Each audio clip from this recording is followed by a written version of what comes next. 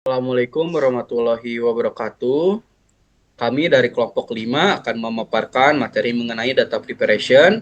Sebelumnya, perkenalkan nama saya Rivaldi Noviandi Putra dengan NPM 2230401110. Izin memperkenalkan diri, nama saya Hadi Rahmansyah dengan NPM 2230400078. Izin memperkenalkan diri, nama saya Kakak Pradita Putra dengan NPM 22304047. Izin memperkenalkan diri, nama saya Muhammad Zuhri Nabila dengan NPM 2230400101. Izin memperkenalkan diri, nama saya Muhammad Dafaryadi dengan NPM 2230401220. Izin memperkenalkan diri, nama saya Rizal Pahla dengan NPM 2230404125. Dan izin memperkenalkan diri, saya Uzi Rahman dengan NRP 2230400128. Baik, selanjutnya kita dimulai dari penjelasan yang pertama.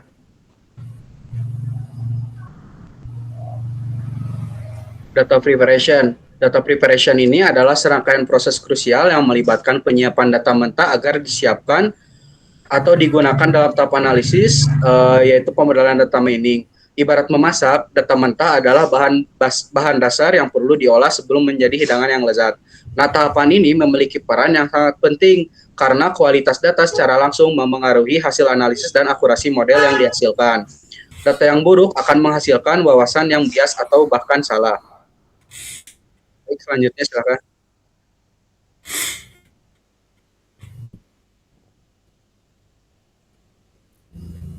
Selanjutnya, terima kasih. Setelah kita memahami definisi dan pentingnya data preparation, sekarang kita akan melihat bagaimana teori tersebut diterapkan secara nyata. Untuk mempermudah pemahaman kita mengenai setiap tahapan teknis nanti, kami menggunakan sebuah studi kasus, yaitu analisis data penjualan UMKM. Nah, pertama kita masuk ke kasus bisnis. Di sini subjek analisis kita adalah sebuah usaha mikro kecil, dan menengah, dan atau UMKM. Masalah yang kita selesaikan melalui data ini adalah bagaimana pemilik usaha dapat memahami performa penjualannya dengan lebih baik agar bisa mengambil keputusan bisnis yang lebih cerdas. Nah, kemudian mengenai dataset, data yang kami gunakan merupakan dataset simulasi penjualan yang mencakup data transaksi harian. Dataset ini mencerminkan kondisi real di lapangan, di mana terdapat berbagai variabel yang saling berhubungan untuk menunjukkan aktivitas ekonomi dari UMKM tersebut. Ketiga, sangat penting bagi kita memahami struktur data yang tersedia. Terdapat 6 kolom utama yang menjadi fondasi analisis kami. Yang pertama ada ID transaksi sebagai identitas unik setiap penjualan, kemudian tanggal untuk melihat tren waktu, nama produk dan kategori produk untuk mengklasifikasikan jenis barang, serta jumlah terjual dan harga sebagai data numerik utama yang akan kita olah untuk menghitung pendapatan. Struktur data inilah yang nantinya akan melewati proses selection, cleaning, construction, hingga transformation yang akan dijelaskan oleh rekan saya pada bagian selanjutnya.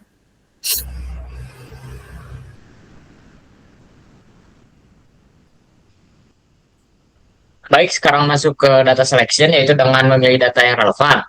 Sebelum masuk ke data yang relevan, kita harus tahu data selection itu apa sih? Yaitu data selection adalah proses mengidentifikasi dan memilih subset data yang paling relevan dengan tujuan analisis atau pemodelan yang ingin dicapai. Ini membantu mengurangi kompleksitas data dan fokus pada informasi penting. Lalu pentingnya data selection itu yaitu untuk mengurangi dimensi data, meningkatkan efisiensi komputasi, dan juga menghilangkan noise dari data yang tidak relevan. Untuk contoh kasusnya, kita akan mengambil contoh kasusnya UMKM. Dari dataset penjualan, kita hanya akan memilih kolom-kolom seperti tanggal, nama, produk, jumlah terjual, dan juga harga. Nah, kolom-kolom yang tidak relevan juga dianalisis. Misalnya ID transaksi internal yang tidak digunakan itu dapat dihapus pada tahap data selection tersebut. Lanjut.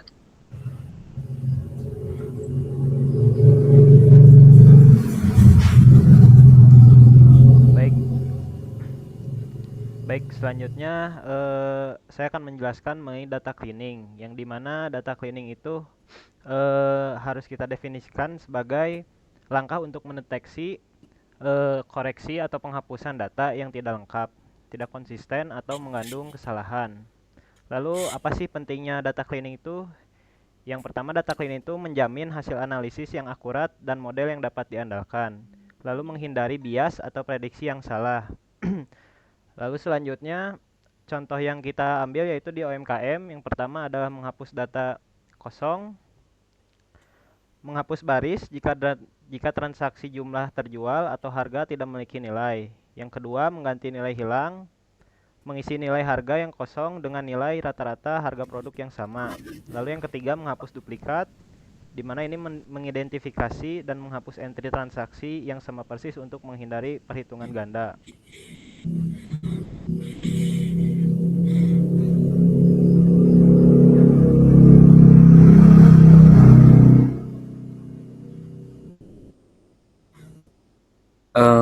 Ada juga data construction, yaitu menciptakan wawasan baru.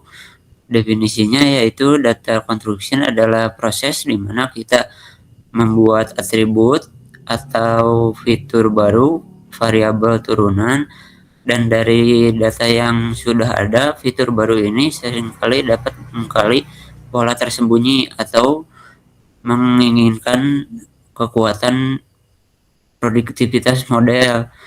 Tujuannya memperkerat dataset, membantu menemukan hubungan baru antara variabel, menyederhanakan representasi data. Contoh kasus UMKM, total penjumlahan UMKM atribut baru total penjualan dengan rumus jumlah total terjual kali harga. Bulan penjualan mengekstrak informasi bulan dari kolom tanggal untuk analisis tren bulanan.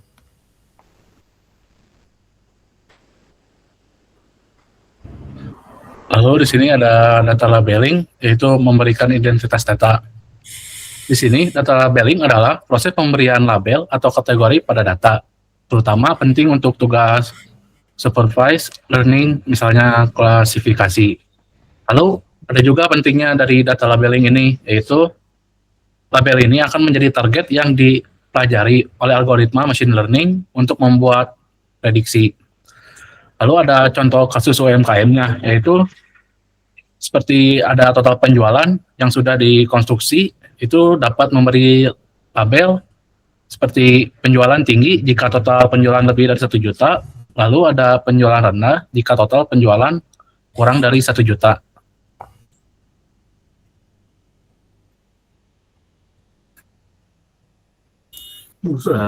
Kemudian ada mengenai data integration dan transformation, menyatukan dan menyesuaikan, yang dimana data integration memiliki definisi menggabungkan data dari berbagai sumber yang menjadi satu dataset yang kohensif. Dan mengapa ini penting? Karena seringkali informasi yang kita butuhkan tidak berada di satu tempat. Contohnya, menggabungkan data penjualan dengan data detail produk, misal deskripsi dan stok, dari tabel lain, atau menyatukan data penjualan online dan offline. Kemudian ada data transformation dan formatting. Definisinya yaitu mengubah format atau struktur data agar sesuai dengan kebutuhan analisis atau model tertentu. Contohnya, normalisasi nilai harga menskalakan ke rentang 0 sampai dengan 1 menggunakan format tanggal, misalnya tahun, bulan, hari, atau mengkonversi kategori produk menjadi representasi numerik encoding.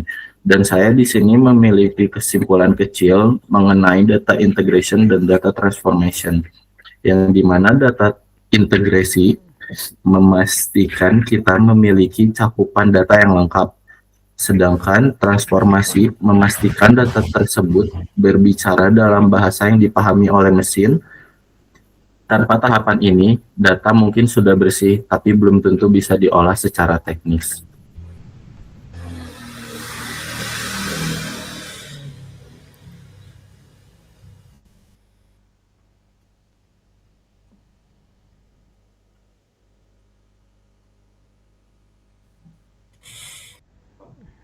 Baik, selanjutnya yaitu alur lengkap data preparation, yang dimana pada alur ini ada 6 alur. Yang pertama yaitu ada data selection. Nah, data selection ini merupakan tahap awal dalam proses data preparation yang bertujuan untuk menentukan dan memilih data yang paling relevan dengan tujuan analisis atau penelitian. Pada tahap ini, penyaringan data berdasarkan kebutuhan seperti jenis variabel, periode waktu, sumber data, serta tingkat kelengkapan data. Pemilihan data yang tepat akan membantu meningkatkan efisiensi proses analisis dan menghindari penggunaan data yang tidak diperlukan, juga yang dapat mempengaruhi kualitas hasil akhir. Lalu yang kedua ada data cleaning.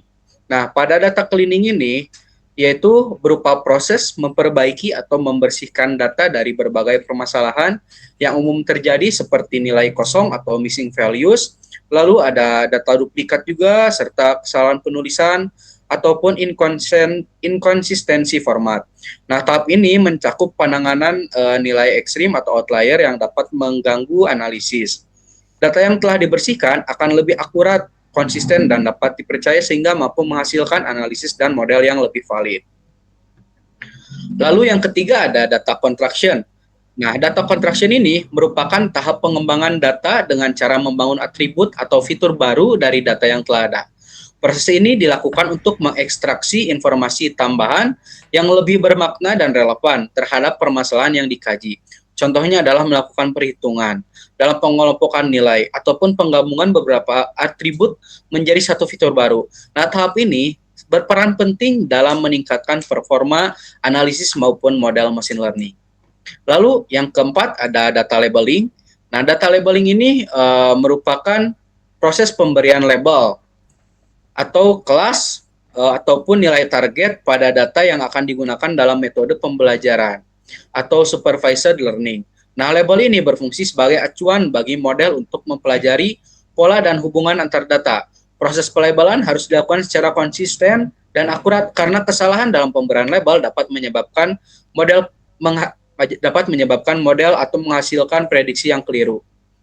Yang kelima ada data integration, yang dimana data integration ini merupakan tahap penggabungan data yang berasal dari berbagai sumber seperti database, file, atau sistem yang berbeda menjadi satu dataset terpadu. Pada tahap ini dilakukan penyelarasan struktur data, penyamaan format, serta penyesuaian atribut agar tidak terjadi konflik atau redundansi data. Nah, integrasi data bertujuan untuk menghasilkan data yang lebih lengkap dan kaya informasi, sehingga mendukung analisis yang lebih komprehensif. Nah, lalu yang terakhir ada data transformation dan formatting, yang dimana data transformation dan formatting ini adalah tahap akhir dalam data preparation yang bertujuan untuk menyesuaikan bentuk, struktur, dan skala data agar sesuai dengan kebutuhan analisis atau model.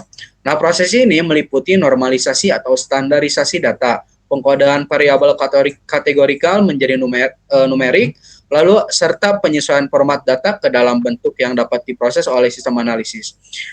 Tahap ini memastikan data benar-benar siap digunakan pada tahap data mining.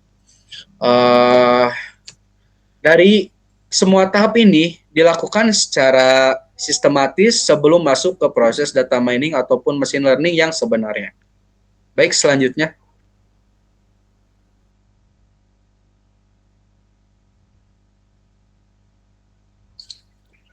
Baik, sekarang kita masuk ke kesimpulan.